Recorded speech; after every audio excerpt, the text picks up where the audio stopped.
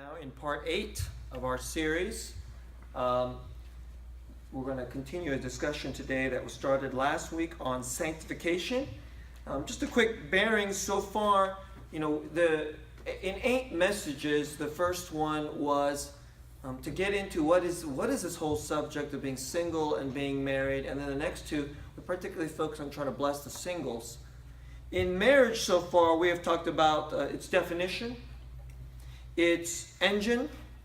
We have talked about the priority, and we have talked about what this thing is called the one flesh, and particularly that in the one flesh there is a deep friendship, there is life-giving, and last week we started talking about this subject. In the one flesh there is sanctification. Now we're going to continue that discussion this week in a message that I've entitled Washing and the Covenantal Voice. You're like, what does that mean? But we'll get to that in just a moment.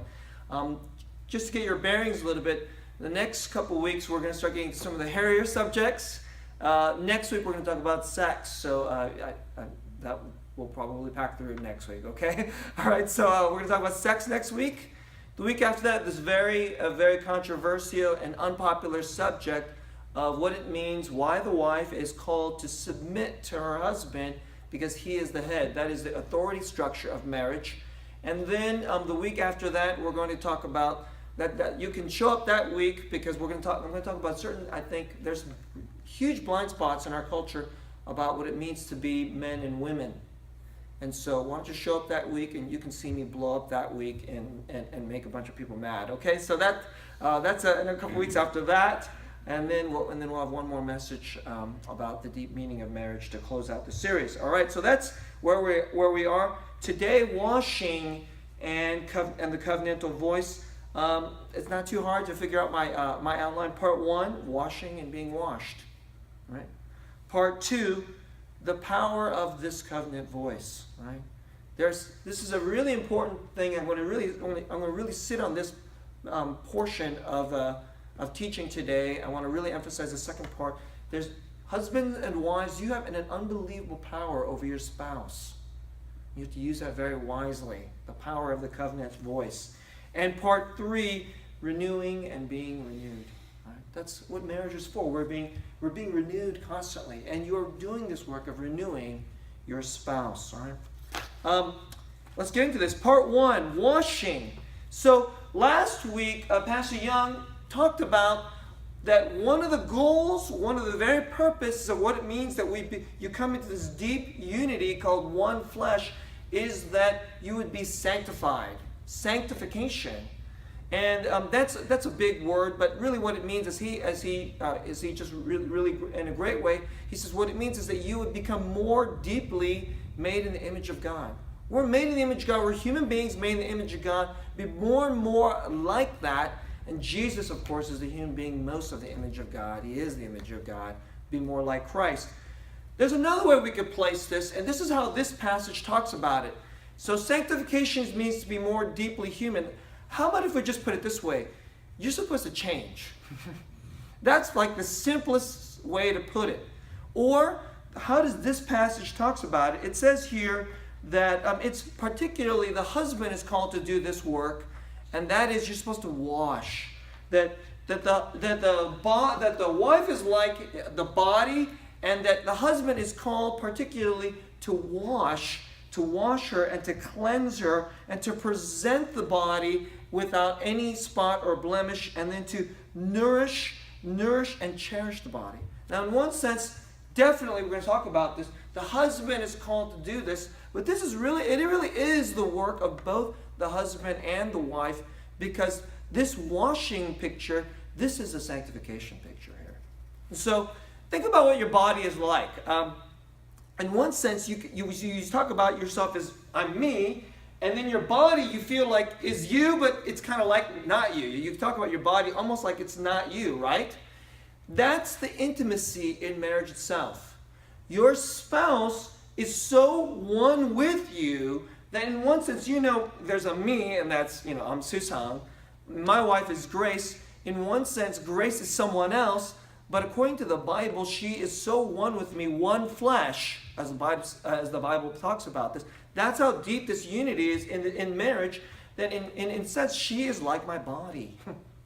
And what we do toward one another, what we're called to do others, is wash each other.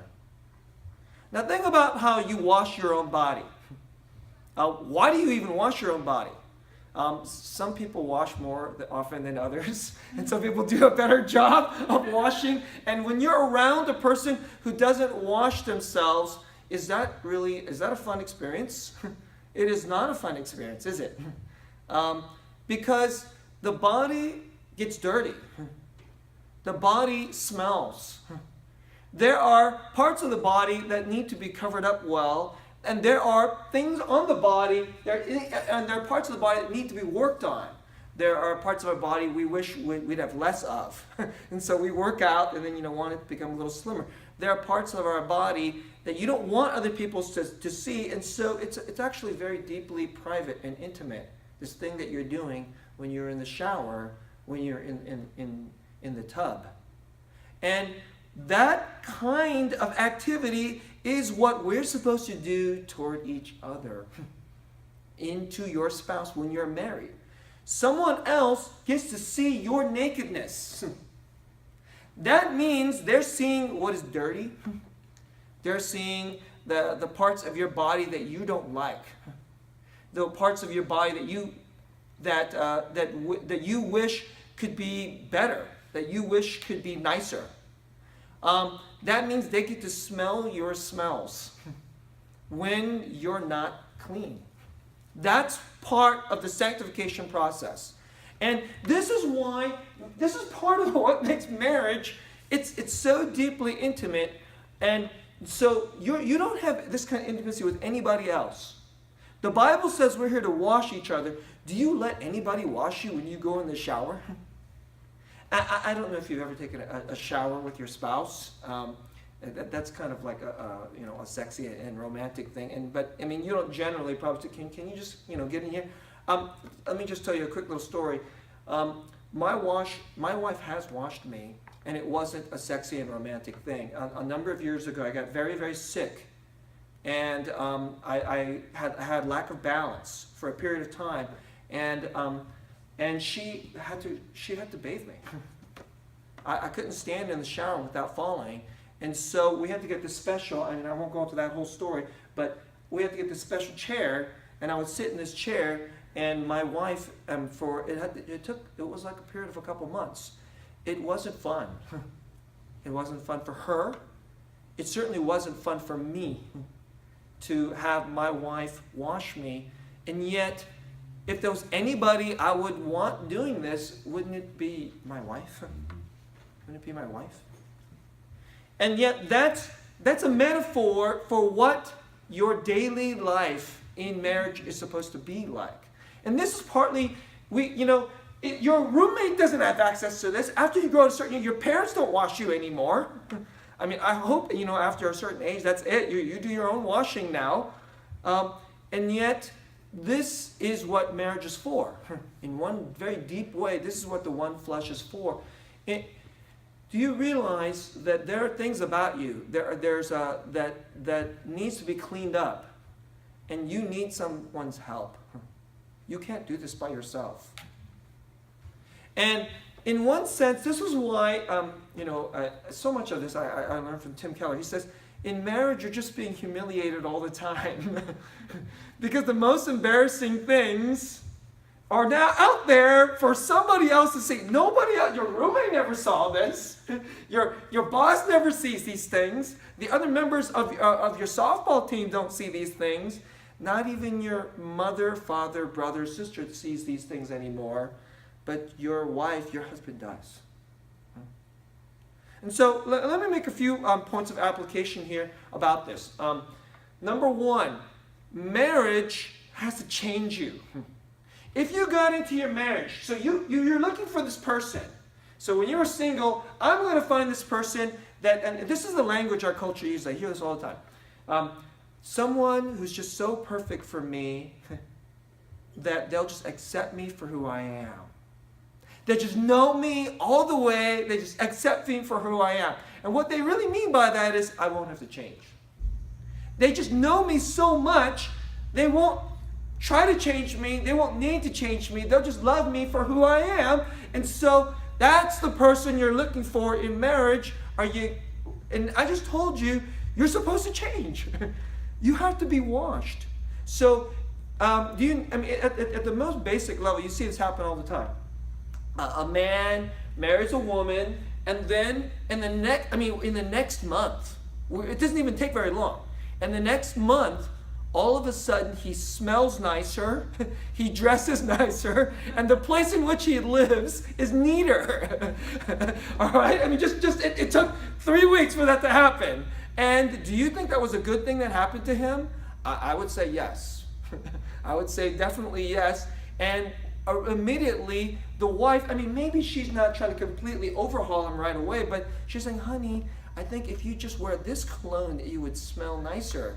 And if you just combed your hair this way, and why don't you try it? And she buys him a shirt. Why don't you try this? That is a little microcosm of what should happen in the whole marriage.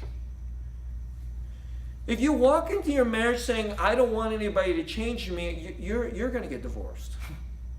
I'm just telling you that way. You're just going to get divorced. And it's your fault.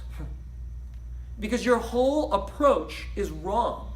Your whole approach is the absolute antithesis of what marriage is supposed to be doing to you. We grow and we change. And you're supposed to grow and change together, and you have to let the other person in to wash you, change you. Now, that's the first application. Just please change your thinking on this. Let the other person change you. It's okay. It's good. Now, obviously, there are some things about the way they're trying to change you, and there's going to be fights. You shouldn't change me in this because you think this is a special good thing about you, and your spouse doesn't agree. Okay? You think it's great that you just get to watch ESPN all the time, and you just like watching sports on, football in the fall, basketball in the winter, baseball in the summer and the spring. Isn't that just great? And your wife just doesn't agree with that, but men, it's probably, you should probably, adjust on that one. Okay? But change, just one change. How about, let me give you a second one. You have to let your spouse into the deepest places. They're seeing nakedness. You have to let them see. Is there something about you that you think you're fearful of? Maybe there was a wound about you, or there's something you're ashamed of. There's sin patterns in you. You can't tell your spouse, that's none of your business. It is her business. It is his business. Right? You're one flesh. Your head, body together. It's like saying the head just completely goes crazy, and the body starts getting scared. And the head tells the body, this is none of your business. It is the body's business. If there's a deep wound here, there's cancer down here. There's cancer of the pancreas down here, and the body is just in denial. Don't worry about it. Don't worry about it. We can't see it. Head, don't worry about it. Don't worry about it. The head is like, we're going to die. We're going to die. It is your husband's business. It is your wife's business. In fact, they should. That's the person that cares. And yet, you have to let this person in. And let me give you one particularly important application of this. I think when I so I've done marital counseling, I've listened to different people, and sometimes, it gets really intense. And I've done premarital counseling, and I teach people this. One of the signs that you can tell the other person is really letting you in is they have a fight, because there's going to be fights. So they're going to tell you this is wrong with you, because that's it happens, right? So, by the way, if your spouse never tells you something that's wrong with you, probably because they've given up, probably because you get angry, or because you get dismissive, and you just stop listening. And if they never tell you something that needs to be washed, cleansed, changed, grown. Now, if they're just telling us you all the time, then of course they're really annoying. Okay, but but if they never tell you, it's probably your fault. So here's a good way you can know if you're really letting them in, right? They tell you something's wrong, you don't like it, and and it's bad enough that it causes a fight. Right? It causes a fight. So maybe they're not even trying to start a fight, but they said something and they accidentally step on it's, if somebody washes you, I mean, they're not always going to know exactly what the most sensitive place is. I mean, you know. That's why it's scary to let somebody wash you, right? There are places on your body that if it wasn't cleansed gently, then it would hurt. And so they're trying to clean you, and it hurts. It's such a fight. So here's how you can know if you're really letting them in. It starts a fight. You are, of course, but now one of you, and hopefully you, can say this. You hurt your spouse while you're trying to cleanse him or her. They tell you how you hurt them, and then you can hear it, and you can say, I'm sorry, I hurt you. Please forgive me. One of the things I like to say to people who are moving toward marriage, want to do premarital counseling, I said, of course you have to you must say I love you. Okay, everybody knows this part. Those are 3 most important words of marriage. I love you. I'm not sure I entirely agree that I love you are the 3 most important words of marriage. The meaning is the most important meaning in marriage. But the proof is, please forgive me. If you can never say that, if you have never said that, I hope you've said that. If you have never said that to your wife or to your husband, you're in trouble. You're probably going to get divorced. You haven't listened to them when they say, you hurt me. You have access into their deeply, most intimate, vulnerable places. And you will hurt them. And you know they will hurt you. And can you say this? Now let me just say this right now. If you've never said it, tonight you can apply this message right away. Think about a time when you last had a fight. And then stop thinking about what he did wrong or what she did wrong. Why don't you just listen? How you hurt them in that vulnerable place. This is part of the washing. So, here are the applications again. You must change. 2, you must let them into the vulnerable, painful, dirty places. And then a corollary of this is you have to be able to say, please forgive me. And really mean it. Really mean it. And if you can say that, and your spouse believes you, they'll know you love them. That's a real serious piece of love. That's washing and being washed. Let's go to part 2. The power of the covenant voice. Now, you guys know there are certain people I like to draw from. Pastors, we're always cribbing off each other, okay? So this is all Tim Keller, but this is really funny. Tim Keller he didn't learn this. He learned this from some other guy, and he quotes this guy. And so he and his wife, they read a paper in seminary. They went to Gordon Conwell Theological Seminary, which is in Boston, and so it's one of the best seminaries in the country. And they read a paper by a guy named Arvin Ingleson. It's a strange name, right? Arvin Ingleson, and the key of the paper was marriage is recreational. Marriage is recreational.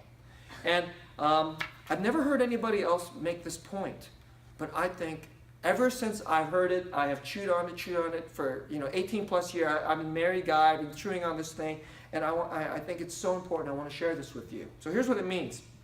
According to Arvin Ingleson, you get into this one flesh union, and in your life, how you think of yourself. This is me. I'm this special person. This is what's not so good about me. This is what's good about me. And your life is essentially a series of verdicts that you have heard from other people about you. You have some idea about what you think makes you have worth. This is why if the thing that you think has worth goes out the window, then we will fall apart. And so if you think making a lot of money and being really great at your job is what gives you worth, the day you get fired and laid off is a very serious verdict. It's a very serious verdict. That's not just losing your job. You will feel that you don't have worth. If you think what gives you worth is that I have a flat stomach and I have a really nice figure and really nice hair, when your body starts to lose those things, you will feel the verdict of the world, people telling you you're not pretty anymore. And you will feel, I'm not worth anything. That's a very serious verdict, is it not? But of course it works the other way. You're smart, you're talented, you're special, you're loving, you're caring, you're a very, very wonderful, significant person. I'm so glad you're in my life. Those are the words we all love to hear. And the way you see yourself is a series of all those verdicts. There's all these mixed verdicts that are happening. Some are good and some are bad. And, of course, not all voices are equal. So this is what I mean by the covenantal voice. God placed certain people in your life to be the most significant people in your life. And especially they tend to be who? The ones that they're bound to by God to care for you, to be there for you. Who tend to be those especially significant people? Your mom and dad. This is why people who never met their father left them. They never had a relationship with their dad left when they were 2 years old. That's like a verdict. Dad didn't care enough about me to stick around. It's a verdict. It's a very painful one, is it not? Or mom always believed in you. Always, always, always believed in you. Dad always thought the whole world, you just got bad grade after bad grade after bad grade, but somehow your mom always said, you're going to make it. You're smart. You have guts. And when the whole world told you you were dumb and you weren't going to make it, your mom said you were going to make it. Or maybe it was a coach, or maybe it was a teacher, or maybe it was a pastor. These are covenantal voices, special people who have been given important authority over you, who have been given authority to give a powerful verdict over who you are and what makes you good or not good. And one of the important things in the Bible, it says in the scriptures that a man shall leave his father and mother and shall unite. He will hold fast to his wife. What that is saying is that's a covenantal movement. In the covenant, this person has authority to tell you who you are and shape you. But now you're going to leave them and someone else is going to have that authority. Someone else is going to have that power to shape you, mold you. I just told you, your wife or your husband gets to wash you. You know what that is? That's covenantal authority. That's covenantal power.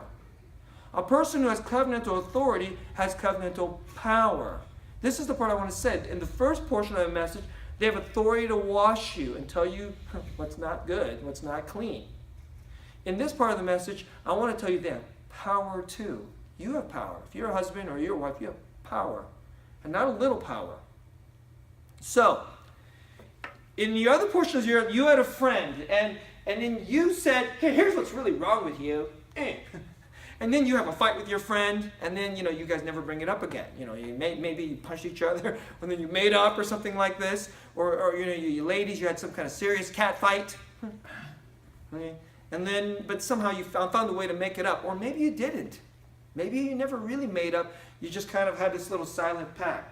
We're never going to bring that up again, is it? Because look what happened the last time we talked about that. That was really bad, right? But you can't do that in marriage. But actually, you get into marriage, and the way you talk to your friend, or to your roommate, or to your coworker, or to your mom and dad, you just cussed out your mom and dad once, and of course you're never supposed to do that. Right? And then that was like a real seminal, explosive fight. Your parents. But if you do that to your wife or to your husband, watch out. There are certain words that a mom or a dad should never say to their child. Because if a friend says, you ugly, you stupid, you're not worth anything. But if a mom were to say that to their child, that wouldn't just be a set of words, would it? Why? Because they have covenantal power. That voice is not one voice. It's not one verdict. You're stupid. What's wrong with you? That would be a knife to the heart. And it would be a wound for life. It would be a word that would sit there. And by the way, this thing, sticks and stones will break my bones, but words will never hurt me. Words can never hurt me. That's completely false. Sticks and stones, you can recover from wounds from sticks and stones, but some words, you'll bleed for the rest of your life from some words, from the right person. And with your spouse, you must be ever so careful. And so, you think your words, you said these mean words, these cruel words to your friend, your coworker, even to your mom and dad. But you dare not do that to your spouse. Be very, very careful. They're letting you into their nakedness. They're letting you into the most vulnerable places. You say, and they know that you know them. And then you say those words. They might be afraid of you. They might hate you. They might want to run away from you. Or they might say, you crushed me with those words. You put a knife into my heart. They'll pull out their own knives. Big trouble inside a marriage. And I see this happening all the time. This is what's going on. You see these kinds of things going on regularly in our culture because people don't know the power that they have. Now let me say a couple things about this. I want to offer you, two pieces of advice to apply this. All right. Number one. So this is things that you want to say. So I got this piece of advice. When I was a newlywed, my lead pastor at the time was David Chung. He's one of the former pastors of this church. And I was a newlywed, and one day, this is kind of what it's like. You're sitting around the office, and I was telling him about something that frustrated me from my wife. And then he gave me this piece of advice. He says, SooSang, let me offer this to you. He said, the next time she does something that you want to criticize, maybe it could be a small thing, maybe it's a big thing. And especially if it's a big thing, you're angry about this, you're upset. He said, why don't you just wait 2 days before you bring it up?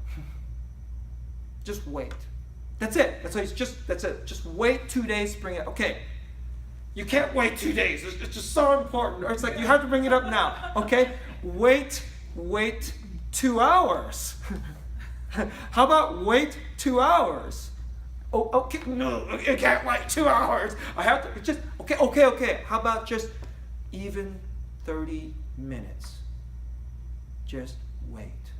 Whatever it is that bothers you, that upsets you, just sit for a little bit. And I started doing this, and I realized, first, your anger cools off, your hurt cools off, and then you can be a little more sane. And then, second, if you get any bit of wisdom, you can begin to hopefully, maybe you can say this thing that you need to say or you want to say to your spouse. Maybe you could say it better. Maybe you could say it gentler. Maybe you could realize, this needs to be said, but I don't need to say it today. Maybe I should wait for a good moment. And you wait for that moment when your wife is just in the most listening, good mood, and now you can say it. And that would be an unbelievable piece of love. Right? And you would be using the power of your covenantal voice wisely. The hardest things to hear, we should work the hardest to say it the best, to communicate it the best, the way they can most receive it. Isn't that the way you would want someone to do to you? So, just a practical piece, just stop. Time out. Even 30 minutes before you proceed. And I would even say, how about praying for it? Father, give me your spirit. Help me see my wife. Help me see my husband. How can I say this in a way that would really bless them unto you? That's one application we offer you. How about a second one? There's all these studies that have shown that in a marriage, if a marriage is supposed to go well, I don't know if this is really true. One of my friends told this to me. and I think he has a little bit of a nerdy side. He reads studies. He said, I read this study. They said that if a marriage is supposed to be good, that the ratio of kind things you say to your spouse versus, like hard things you say to your spouse should be something like 10-1. I was sitting there going, 10-1? 10-1? I was sitting there going like, oh man, if that's true, I'm in trouble. I think maybe I'm 2-1. Maybe. Right? I don't know if it's 10-1. And I have no idea what that number is, but I think you get the picture, right? You need to use the power of your covenantal voice. Just affirm your spouse. To affirm. What is it that makes them special? What makes it that makes them wonderful? I'm sure there's something about your spouse that you admire, that you appreciate, that you're grateful for, that gives you joy and happiness. What is it? You should think about those things, and you know what? You should say them. You should say them, you should commit, and you should say them a lot, regularly, all the time. As a parent, I knew this. This is funny. As a parent, I know this, that my children need my affirmation more than they need my criticism. Now, of course, now that they're getting older, I'm like giving them criticism all the time. But at least when they were younger, I knew they needed a deep well of their father's affirmation. And so I'm not some super lovey-dovey guy. But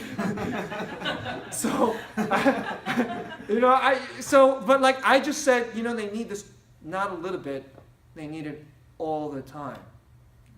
All the time. And so I used to say, like to my daughter, I used to say, how I love you. How I love you so much. I'd pick her up and go, how I love you. And I'd give her a little kiss on the cheek. Right? My son, I would put my hand on his head. So you don't even sing it. You're saying it, but not with words. I would put my hand on his head with a certain gentleness, and I would squeeze his shoulder like, you're my boy. You belong to me. Right? With this. And I would do this all the time. But I don't know I'm not always good at doing this with my wife. And, I'm not this romantic person that goes around. And so, you know what I used to say? I would do something for my wife, and she was like, why'd you do that? And then you know what I would say? I would go, because I like you. That's it. Because I like you. She knows I love her. But she often, I realize she just needs to know I like her. Because I like you. I mean, I felt like, a fumbling second grader. Hey, you know what? Who says you have to be William Shakespeare? Why don't you be a fumbling second grader and just look straight into, your wife and treat her like you wish you were her girl, she was your girlfriend, and just say, I like you. And just do that every day. And do it so that so often, and sometimes she doesn't even like it. I don't even care. She doesn't even like it. She doesn't receive it. And I'm just like, you're full of wrongness. And then I just do it some more. And just defeat her resistance. Because I know sometimes she doesn't want it, but she doesn't like it, but she likes it. This is what we're like. Why are you doing this? Whatever. I'm just going to keep doing this. And I found that, and I wasn't good at this, but I realized if I do this for my kids, can't I do this for my wife? I should do this for my wife. Just tell her. Tell him. Ladies, I just love how hard you work. I know that traffic was hard, but you deal with it every day. Thank you. And just say that once every couple weeks. Just say it. For no reason. Just because you feel it. Let me tell you a couple of stories to tell you about the power of this covenant voice. I'll tell you the positive one first. I'm telling you some good things about like how I'm not trying to brag. Just as like we learn these things the hard way. All right. I mean, I've told you I've learned it because just some of it was just by trial and error, honestly. So try things. Try errors. Make errors. But my wife and I, we have a banter, and like I told you, I'm not some romantic person that likes to say these sweet things to my wife, and my wife isn't like that either. I think we both have a little bit of a crust of cynicism. But deep down, my wife is a romantic. I'm not that much of a romantic. But so, what we do is we have a banter. And so sometimes when my wife says this, sometimes here's what my wife says. She goes, "You're mean. Why are you being so mean to me?" But she says it in this kind of like ironic, sarcastic way. I'm like, because I'm a mean person. I just can't help but being a mean person. She goes, "Yes, you're so mean." And then we go into this this fifth grade banter, and it's her very soft way to say, "You could be a little nicer right now," and I hear it. And so she layers it with a little bit of irony and sarcasm. And since I have a sarcastic sense of humor, it makes me laugh. Right? And I go, "Oh, okay, signal, that's a signal." And other things. So one of the things that my wife does for me is she goes, "SooSang, you're so hot. You're just a genius. You're a genius. You are a genius. That's why I like you." And she says it with a layer of sarcasm. So I'm like, and so I go, so you're like, does she really mean that? So this is the thing, she's saying that, and I'm thinking like, well, does she really think I'm hot, or does she really think I'm a genius? But you know what? This is really funny. It's kind of an in-joke. Like, we've done this for years now, and even though does she truly fully mean it, you know what? Let me tell you something. I really don't care. When she tells me that I am hot, even if she doesn't deeply mean it as much as whatever some Hollywood actor is hot, I really don't care. Somewhere deep underneath, I'm thinking yeah, she means it. Yeah, she kind of means it. She kind of means it. And so she kind of means it. You know what? It makes me happy. And she knows it makes me happy, so then she does it some more. And this is our banter. We have this banter that softens the things when we feel a little pricked by the other person. And we can say the kindest things even if we don't always 100% mean it. That's how we do it. I'm not saying you have to do it the way we do it. This is just how we do it. And it works for us. Let me give you a more the negative example, right? Years ago, I have a pastor friend, and he fell in love with this woman. She was a godly woman at church. They both loved the Lord deeply, passionately, and then they fell in love with each other. And then, this is when he was still in seminary, and they found out. And she wanted to go to seminary because she wanted to grow in her knowledge of the Lord, etc., to serve the Lord more deeply. Great. And then, she was going to go to the same seminary he was going. And then they found out that if you both are married, you can get a 2-for-1 deal at the seminary. Mm. Wow. So then, all of a sudden, they were thinking about getting married a year out, but then they moved up their timetable to 2 months. So they got engaged, planned their marriage, boom, got married. It all happened in a month and a half to 2 months. It was crazy. So these are some friends of mine. I'm not going to say their names in case they ever visit. I'm 99% sure they wouldn't mind that I shared the story, but just to be sure, since I didn't ask them, I'm going to call them Jim and Shannon. All right. So years ago they got married, and then I was on the East Coast when I met them, and then I came up to the West Coast. And then 9 months later, I got to visit the East Coast again, and then I caught up with my friend Jim. So we go out to lunch. People told me their marriage was in trouble, and they were doing badly. She's kind of a passionate person, and she had this powerful conversion. She didn't come from a Christian family. She had deep issues about her body image. She shared at church that she used to have eating disorder. And there was a time in college that she was suicidal, and then she met Jesus. So she had a deep, passionate love for Jesus. Right? And he was more of a kind of cerebral and a smaller guy, a real gentle guy, and she loved him for his gentleness.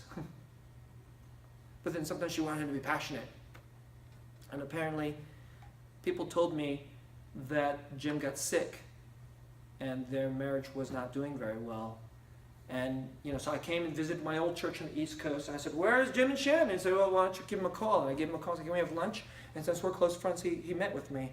And when we met at lunch, I was shocked. He had lost 30 pounds, and he only weighed 140. Can you go from 140 to 110? Do you want what it looks like when a guy who's about 5'6" loses 30 pounds? Apparently he had not one, but 2 ulcers. And when I saw him, I was looking at him, I'm like, it doesn't even look like the same guy. His mouth would talk. I was like, it sounds like Jim, but who is this guy? He had this emaciated face, and you could see the stress on his face. And I told him, "What's going on?" And he says, "We have these fights, and since we know the most deeply vulnerable things about each other, when we get to that place and we hurt each other," he says, "she really knows how to hurt me more than anybody's ever hurt me. And then when she does that to me, I do that to her." And so they'd have these raging fights. I'm close to her too. So years later, she told me, she says, "SooSang, this was what it was like. We'd have this horrible fight. And I would scream at him, 'I hate you. I hate you. I'm going to divorce you. I can't stand you. You make me sick.' And she'd run out of the house. And you know what he said? 'Good, I hate you too. I can't wait till you leave.' She'd run out of the house. And then this is what happens. This is what she said. She said, I'm going to divorce him. And then she said, and then this other voice came into my mind. She remembered the scriptures. God hates divorce. And if you sin against your covenant, you'll be cursed by God. She said, oh my gosh. She said, this is the only thing that kept her in the marriage. Fear of God. She feared God. So she went back. And he didn't really want her to leave. And bit by bit, they started learning how to really be married. And put the knives away. You can literally kill each other. Please put those away. There are certain words you should never say. You should never say you hate. You should never say you want to be the right. Don't say the D word. Don't say the D word. Don't even think the D word. This union is for life. And if you cling to the promises of the gospel, and then you start living in the gospel, I promise you, no matter what horrible place you had gotten to, what seemingly, Jesus is the King who rises from the dead. He makes the dead come to life. So I'm getting toward the portion, renewing.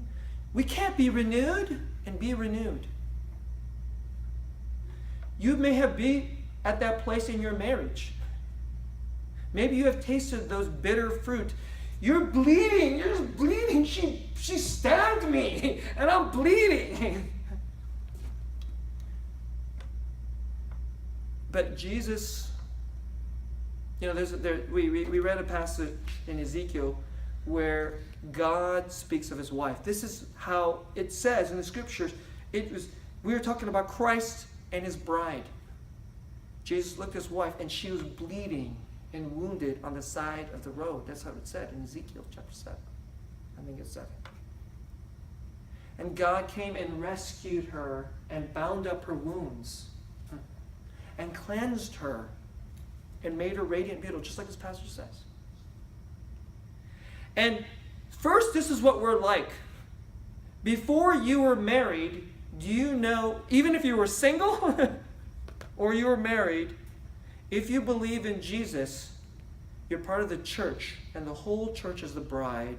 We've been wedded, covenantally united to Jesus himself.